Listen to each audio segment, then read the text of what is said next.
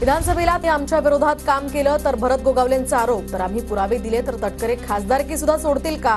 मंत्री भरत गोगावले यांचं सुनील तटकरेंना आव्हान, आदिती तटकरे यांना निवडून आणलं ही आमची चूक होती असं वाटतंय, असंही वक्तव्य.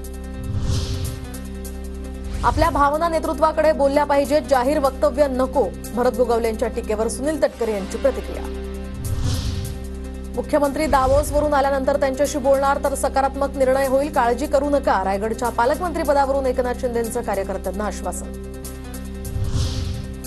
नाशिक जिल्ह्याच्या पालकमंत्रीपदासाठी आता भाजपही आग्रही, तर गिरीश महाजन यांनाच नाशिकचं पालकमंत्रीपद देण्यावर भाजप ठाम.